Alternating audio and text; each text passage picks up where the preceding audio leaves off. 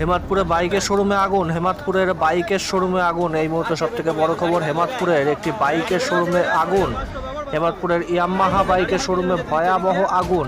আজ বেলা প্রায় 12টা নাগাদ এই আগুন লাগে বলে জানা যায়। এরপর পুলিশকে খবর দিলে পুলিশ এবং দমকল বাহিনী এসে তড়িঘড়ি এই আগুন নেভানোর কাজে লাগে। এরপর বেশ কিছুক্ষণের প্রচেষ্টায় আগুন নিয়ন্ত্রণে আনতে সক্ষম হন দমকল বাহিনী। এই আগুন লাগার পরে তড়িঘড়ি বেশ কিছু বাইক বাইরে বের করে আনা হয় বলে জানা গেছে। কিভাবে লাগলো এই আগুন তা এখনো স্পষ্ট নয়।